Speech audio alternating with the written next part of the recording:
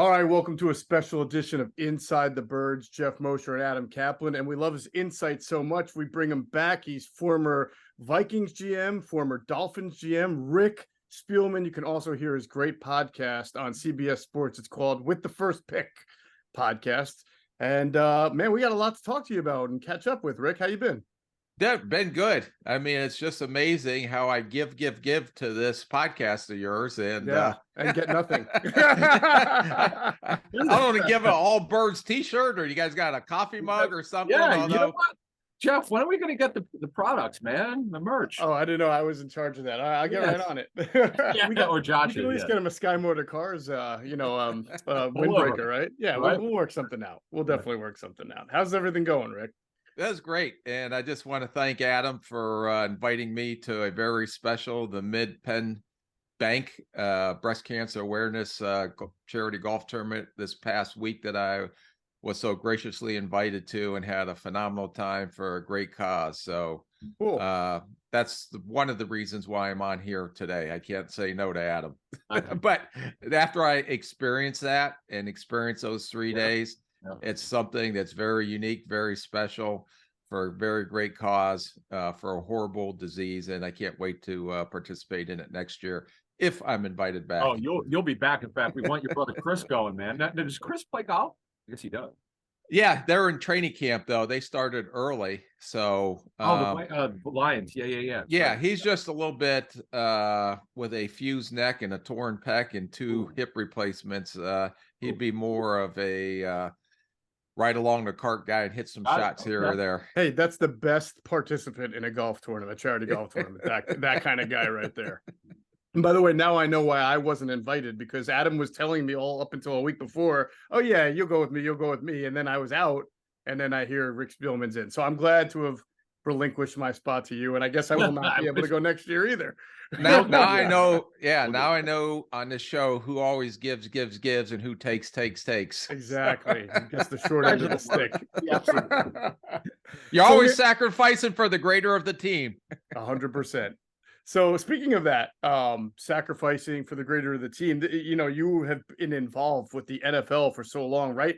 Right about now is when you're usually, training camps begin. I mean, you're in planning mode. You're in GM mode, and this is the first year in quite a while where you don't have to be in that mode. Do you get the itch? Is it strange being out of it like that and seeing all these teams collaborate now?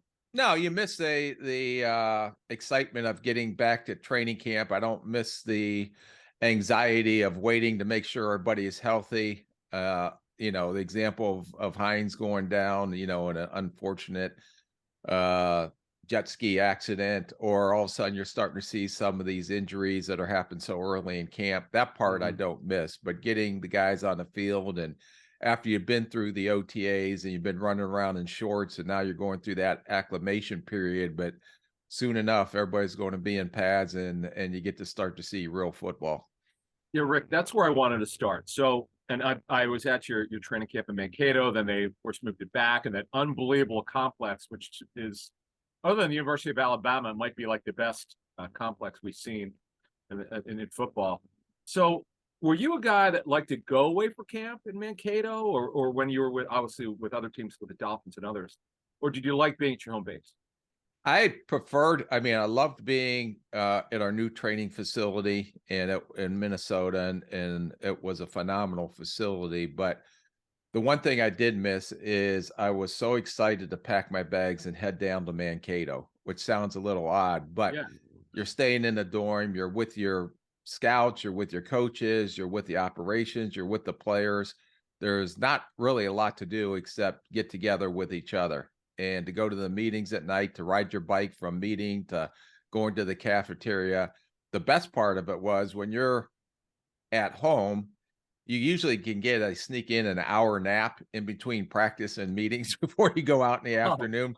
There was no nap time when you're in your building, and it seemed you got all the work done and everything you needed to get done, but it just seemed like it wasn't training camp. It was just like any other day when you're in the office, and at the end of the day, you're practicing. So, like I said, going to Mankato, and I know what a pain in the rear end it was for the operations people, for the equipment people to move all that stuff, to a separate facility. But there was nothing like just being together, for a couple weeks away from all the distractions that you may have at home and just honing in and focusing on and get ready for the season. It's funny that you mentioned it sounds odd to say that because I really did think you were being sarcastic for a second there when you said, "Oh boy, do I miss packing my bags and heading to Mankato." I really thought that was a sarcastic remark, but obviously you saw a lot of the value in it. And the Eagles did that for quite a while too with Lehigh until they decided to keep it at the NovaCare complex. What is in your mind as more and more teams do stay home? What is the biggest advantage that you get by not going out to a remote place like Mankato or Lehigh? Well, you have everything in a training room there. You have all, you try to take as much as you can down there. I mean, all your IT stuff is all set up, although they did set it up at training camp, but there's always glitches. And the meeting rooms, the space, especially in the new facilities, being able to go home and sleep at your bed, at night, that was a nice advantage. Although at times my wife wished we were at training camp some, because when you come rolling in at midnight, wake her up because you just got out of meetings and everything, and then you're up rolling the next morning. But for the most part, you have everything that you have during a normal season, and you have everything that you need to get the players and team ready to get ready for the opener week 1. That Wi-Fi signal not so strong in Mankato for the IT people as compared to Minneapolis. They probably get a few more calls because they weren't down there. They alternate on which IT person would come down. They come down every couple of days, but they had a few more calls than they had in our brand shiny new facility that we were in. Rick, joint practices are a big thing, but not everybody likes them. I know Andy Reid's not a fan, Pete Carroll's not a fan, but they're very trendy. Over half the league will work with each other this summer. Where do you stand on those, and do you enjoy them? Because I was at one back in 2018. You guys had the Jaguars in at your complex there. Did you? So were you a fan of them? Yeah, no, I really enjoyed, from a personnel standpoint, it was great, because especially with one less preseason game. And I think it creates an environment where you can get into competitive periods against someone else besides your own teammate that you've probably been practicing against since the OTAs. It raises the level of competition, I guess the level of energy, because there's someone new that you're going against. And it's done in a safer environment. Your quarterback's not going to get hit. There's going to be quick whistles. You can get your veterans and all your starters ready. They're going to get most of the reps during those combined practices as much as they can. And the only thing that you miss is probably trying to do the evaluation on the special teams, because that's not going to be full go. But from a personnel standpoint, you also got to look at the other team's roster and look at some of their players that were going to be on the bubble. So, we had all our scouts, we were watching our team, but everybody that works in combined practices are looking at the other team as well, and guys that will potentially be cut, and if that will upgrade their roster. But I thought it was invaluable. You're not going to show a lot. You're working on your base stuff. So if it's like a competitive advantage that you're going to see someone's jet sweep or something like that, for the most part, teams are just staying to their basics and trying to get the work done that they need to get done. But I always thought it was a huge advantage when teams did work against each other. Rick, you talked about, the pads come out deeper into camp, but a lot of teams have scaled back on that. The NFL in general has scaled back on that. There's a limited number of padded practices you can have even throughout the season. I love to ask this question. 25 years from now, what do you think a training camp practice looks like? I think they'll all be in those giant bubbles and just running into each other. I see it at the minor league, the Fort Myers Mighty Muscles. They have it between the 5th and 6th inning, 2 guys getting this big giant inflatable sumo. Yeah, and then they just started clanking into each other. So I can see the sumo suits coming out and trying to protect everybody. That's a great question, though. Seriously, I think it'll be more and more. You still have to get your work done. And I think that players and coaches do understand that, whether that's done and even scaled back in the padded practices. Can you get that work done without banging each other that long? I don't know that, but I do believe there's value, and then you have to have that type of practice and some of that physicality because you want to push guys a little bit in training camp because you're not going to be able to do that in a regular season. So my thought, maybe it's old school, is when you're tired, when it's hot, can you still function at the same level that you're going to function on game day when you get tired and hot in the game? So I think creating those stress atmospheres really helps not only from a valuation standpoint, but helps from where is your team at and are they ready to play a 60-minute game in the NFL. So they may have even more player safety rules in place 25 years from now. I think that'll probably come, right now they're wearing the space helmets, I think, during training camp to try to prevent the concussions. But there's got to be a balance in getting the work that you need to get done in pads, but also, when we lost Teddy Bridgewater, even though that was a non-contact, it just makes you sick to your stomach if you lose one of your star players during a training camp practice. So there's a fine balance getting the team ready, but also making sure you're taking care of the players as well. All right, so Rick, off that topic, the Eagles practice lighter than anyone. In fact, within the first 8 days, they don't have back-to-back practices. It's practice, either a walk or a day off after each day that they have a regular practice. So where do you stand for a guy who's been a player, has been an administrator, been in this business a long, long time? Where do you stand on the Eagles in particular, because they practice lighter than anyone? What are your thoughts on the way the Eagles are doing these things? Well, it's working. They went to the Super Bowl last year. So how are you going to argue with that? And then other teams and other head coaches may be a little bit more old school. So there's, as they say, there's different ways to skin a cat, and every coach, that's their responsibility. That's why they get paid the money. They are responsible for getting their team ready to play in the regular season and hopefully in the playoffs and beyond. So whatever philosophies that they have, there's not one philosophy that works, that you got to do it this way or else you're going to have an unsuccessful season. So I think that knowing your team and these coaches have all the different philosophies and how they get their team ready. And I thought Philadelphia and their coaching staff did a phenomenal job. And I was down there because they did get a lot of great work in Miami when they had a combined practices last year. So he does take care of their players, it seems, but also he knows that fine line between getting the work that you have to get done to get ready for the season.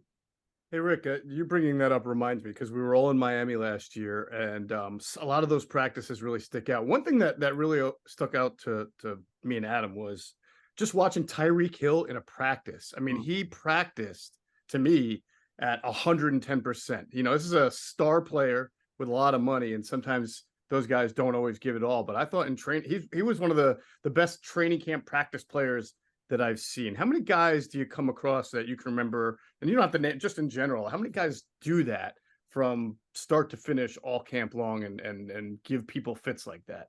Yeah, most of the players that I've been around that were great players practice like that. And that's what makes them great, because everybody's good, but what separates good from great? And when you see Tyreek Hill and the way he practices and how hard he goes, that tells you why he's such a great player. And I don't think he can just, in my opinion, go through the motions at practice and then think you can just turn it up and turn it on when it comes game time. I think you have to try to practice and get yourself prepared at that speed. So when you do have to kick it into gear at that level, that it comes natural to you. But it was great to see him against Slay, to see him against Bradbury. You're seeing good on good in a competitive environment, but also a safer environment than what we referred to earlier, maybe in a preseason game where those guys may only play 10 snaps. As a follow-up to that real quick, a big part of training camp practices are the one-on-ones, right? O-line versus D-line, pass catcher versus defensive back. I wonder, as an evaluator, knowing that these are sort of, a lot of times one-on-ones aren't fair situations, right? Quarterback's not under any pressure or anything like that. How much do you put into the one-on-ones for an evaluation in the whole hierarchy of things that you're evaluating in a camp practice?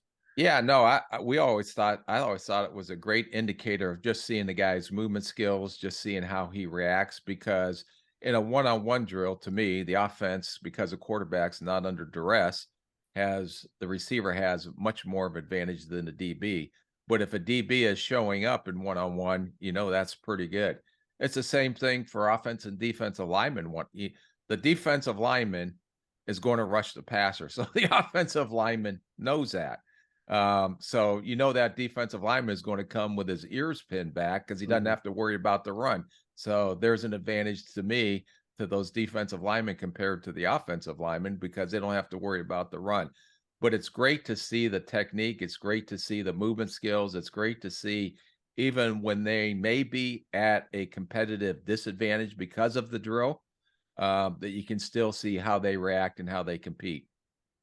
Rick, we talk about the value of joint practices. So as you mentioned when you were discussing it, yes, each team now goes from 4 to 3 preseason games last year in the Hall of Fame game. So where do you stand on playing players in the preseason? Does it matter? Is it important, or could you get that work in practice where it's not it's okay that you don't use these guys in the preseason? Well, I don't know how much Patrick Mahomes has to play in the preseason.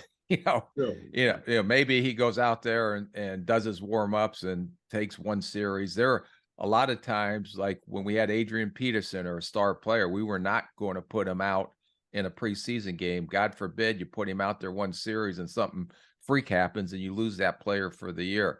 I think that's why the combined practices give these star players the opportunity to not play at maybe an NFL game speed, but at least better than they do in practice as far as speed of the game goes because of the competitive periods versus another team. But I don't think it's important that your star guys have to go out there and play. I mean, what do you have to see Brandon Graham do that he hasn't done the last 250 years he's played, in the National Football League? That he has nothing to prove. So I think those type of guys already know how to play the game and they know how to get themselves in shape, and they can get that through practices.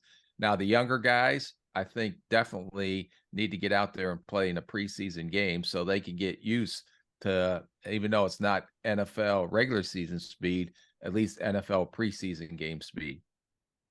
Rick, we talk every year. It seems the team that lost the Super Bowl has an uphill climb the next year, no matter how many guys they bring back. The Bengals, last year started off, I believe, 5-6. And they brought back Burrow, they brought back Hill, Jamar Chase and T. Higgins. They, if anything, they thought they added to their offensive line, but they still got off to a rough start. The Eagles are replacing almost their entire defensive staff, and they have about 6 or 7 new starters. How difficult will it be, even for what they have in place from an infrastructure and an offense? How difficult will it be to replace 2 coordinators and all those starters on defense and still be a very competitive team with Super Bowl aspirations? Yeah, I think that to me, I never took that. I mean, if you look at the Kansas City Chiefs, how many times the last 5 years have they been in the AFC Championship game and won 2 Super Bowls? So you got to look at it that way too. Even though when they lost the Super Bowl, I think the one year they came back the following year. So to me, it's the health of your team and how you navigate through the season. And if I think the NFC East is playing the AFC East this year, if I'm not mistaken. Yes, so that's correct. That's going to be 2 very, very competitive divisions going at each other. And you may not get the same win total. Who knows? I mean, it's amazing. I go on some of these shows and over under 10.5 wins. Well, I don't know. I mean, who's playing? I don't know who's playing week 13. So, but I think that as long as you have that building and that foundation, and I think Philadelphia does, that I think that they are the ones to beat right now in the NFC, not only in the East, but in the entire NFC conference. So until they prove otherwise, that's the team to beat. So Rick, we all know the big topic of the National Football League the last couple of weeks is, okay, do you pay the running back? Do you not? Saquon Barkley, I don't want to say he caved, but he came in on a revised 1-year deal off the tag. We'll see what happens with the other 2 guys who are on the tag. But your guy, Dalvin Cook, who's out there, we know he was released, but he was terrific for the Vikings for many years. The question is, because we're seeing the regression of these contracts, to pay or not to pay. Let's call it. Let's talk about it. Where do you stand on paying running backs going forward? I think it's changed just because of the game has changed. You're seeing a lot more three receiver. You're seeing an extension of the run game with the jet sweeps, with the quick passing game.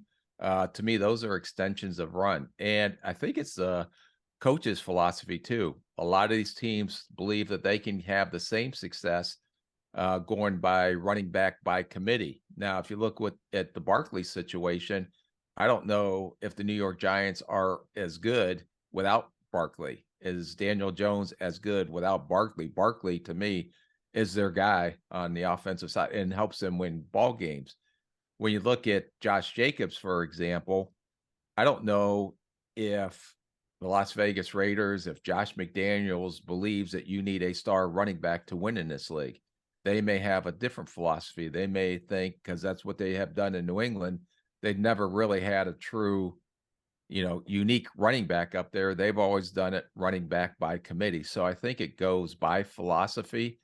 But when you're seeing the depth of the running backs come out in the draft, and if a team, one thing that we would always do if we were interviewing an offensive coordinator or a head coach, is you can have 4 what I call blue players, or your highest paid players on your roster. At what position would you put those monies at? 10 years ago, everyone I talked to said running back had to be one of those 4 positions. Today, everybody I talk to, running back is not even mentioned because they believe that they can win with a running back by committee.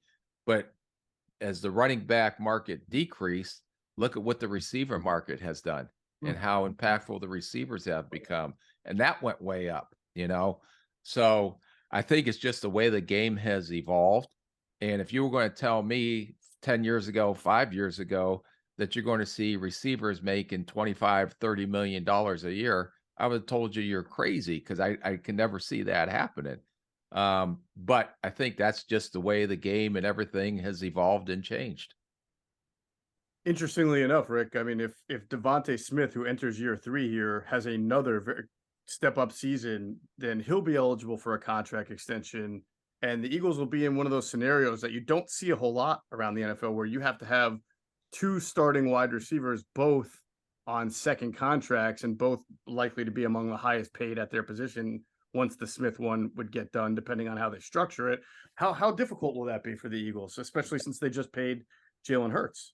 Yeah, no, it's very difficult. And I think you've seen that in Minnesota when we extended Adam Thielen. All of a sudden, now they got to pay Justin Jefferson. Well, that domino effect probably had an effect. And I'm assuming, I don't know or have any inside information, all the roster moves on Eric Kendricks going, Zadarius Smith going, Adam Thielen going, Dalvin Cook going. So to me, again, it's philosophy. Where you're going to put your monies, and can you actually afford 2 high-priced receivers? And if you are, where's the sacrifice? Who's going to not get paid that may be a good player? I think in Buffalo, even looking at that, I mean, Matt Milano, they were able to extend him, who I think is an excellent football player, and they let Edmonds go, and Edmonds got paid by Chicago. So to me, Brandon Beane made that decision. We'll extend and go with Milano, who was probably a little cheaper, and we're just going to have to replace Edmonds either through the draft or free agency or somehow. But those are decisions you got to make. You can't pay everybody. So who are you going to pay? And you have to make those type of very difficult decisions. It doesn't have to mean that that player is not worth what you can't afford to pay him. You just can't afford to pay him, and you're elected to play someone else on the roster, and then he moves on and gets his contract elsewhere. So, Rick, speaking of pay, let's take a look at the Eagles quarterback, Jalen Hurts. A guy, when he was drafted to be Carson Wentz's backup. My times changed for both quarterbacks. Now he's arguably one of the top 5 to 7 quarterbacks in the National Football League. He got his contract. But let's go back to 2020. Geoff and I have talked to a lot of people, and everyone's been honest with us. They love the kid. They just weren't sure about the talent. But he's kind of surpassed everybody's expectations. What, if you could go back in your mind, what do you remember about scouting or the grades that your club had on Jalen Hurts, and what are your thoughts on him now? Yeah, no, Jalen Hurts is one of the premier quarterbacks, but I don't know if you would have said that when he came out in the draft. You know, at Alabama, he ended up getting benched. And I personally did not believe that he was a very accurate thrower. He had a strong arm. He was a very good athlete. But his accuracy and his decision making, I think, when he was at Alabama, is not what we see today. And then he went on to Oklahoma, looked a little better, and but he still didn't look like what he does today. So I give a lot of credit to the coaching staff and what they were able to do and how they developed them. And that's the big, I guess, burning bush question when you evaluate these quarterbacks.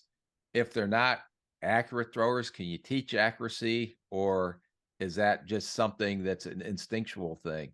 Well, Josh Allen, they said the same thing about. You probably can say the same thing about Jalen Hurts. But I also think what Philly did was these coaches nowadays, and especially these young coaches, and if you want to call them boy geniuses or wonder boys, they really, I've just been through so many coaches over the 30 plus years that I was in the front office, that this is our system and we have to have someone fit this system.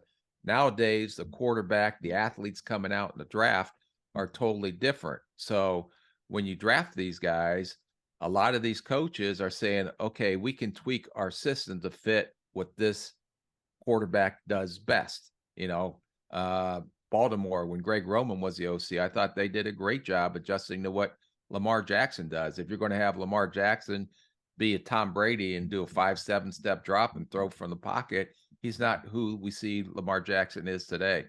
So as these quarterbacks come out, I think the biggest thing is identifying what they do well, what they can do, and adjust your scheme accordingly, instead of, hey, let's take this round peg and try to fit it in a square hole. Now everybody seems to be a lot more flexible in adjusting their scheme to fit what the players do best. Look, Rick, last question I have for you. It's kind of goes back to something Adam and I joke about every year. There's always a player that stands out, usually a fringe player in training camp. We used to call him the All Lehigh MVP. Now that they're at the NovaCare complex, we call it All NovaCare.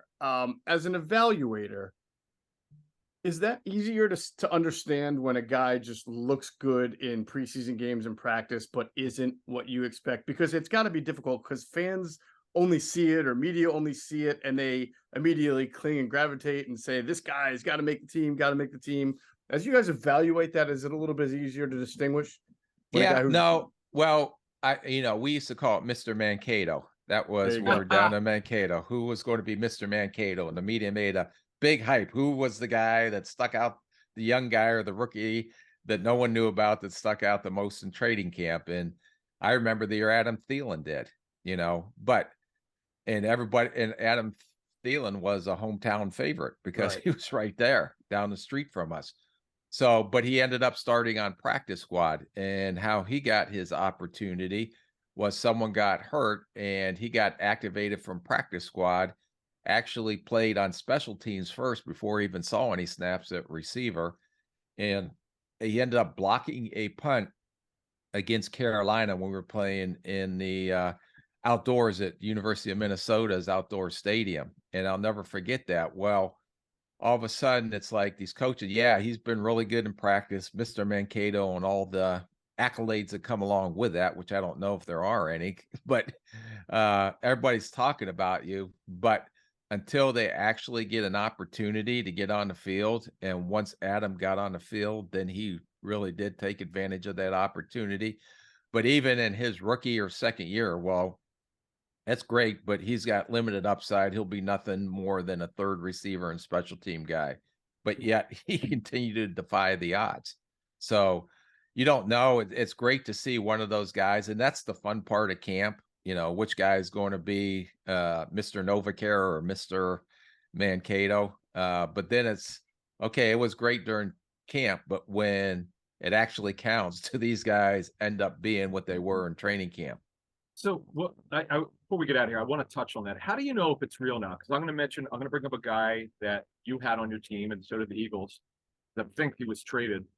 It was Hank Baskett, had one of the best training camps I've ever seen for a receiver. It was ridiculous what he did for the Eagles, but he can never sustain it. Well, how do you know when it's real and it's not? I know it's a tough question, but how do you take it for what it is? It's just training camp, but it's not maybe what it could be going forward. I think that those guys will get an opportunity to play in real games in a regular season.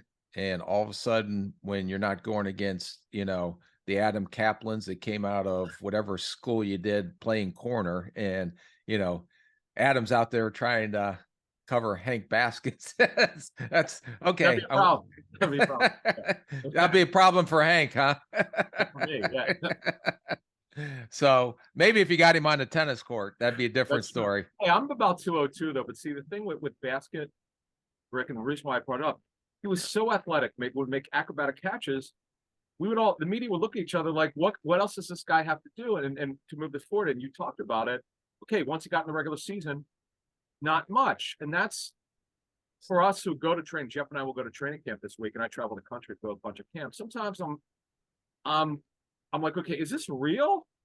But so you're basically saying you don't know actually until the bright lights on that stage come on, and some guys in practice and doing this and that, but all of a sudden those bright lights come on and you're kicking off on Monday night. Some guys can wear that hat and some guys can't when they get put in those situations like that. It's great. You're having pressure in training camp, but it's not the same type of pressure than when Darius Slay is covering you, or Bradbury's covering you, or any of Jalen Ramsey is going to be covering you. Then all of a sudden it's a totally different ball game, and you can look great in training camp, but who are you actually going against? Are you doing that against Darius Slay, or you're doing that against a guy that's probably going to be a practice squad guy or not even make the roster? So a lot of times when I would, I guess, put a little bit of chill on how enthusiastic everybody was, let's see who he's beating. And if that guy's actually an NFL player or not before we all jump on that bandwagon. Well, Rick, you are our Mr. Inside the Birds, except you are the real deal. We don't have to, we're not guessing. You walk the walk, you talk the talk. Former Vikings GM, former Dolphins GM, 33rd team, CBS Sports, With the First Pick podcast, Sirius XM, NFL radio. Am I missing anything? Anything else that you're doing? No, I'm trying to stay busy. Mr. Well, you're doing a really good job of it. We can't thank you enough. Great stuff, Rick, and hope to catch up with you soon. I know Adam will have to do another favor, but we're all about doing the favor. Yeah. Well, you get 2 free shows for having me come up to do that event. After that, we're going to have to at least get a coffee mug or something. Yeah, awesome. So we get 2. All right, so we'll call you next week then, Rick. Thanks again. Really appreciate it. For Rick Spielman and Adam Caplan, I'm Geoff Mosher. You've been watching a special edition of Inside the Birds.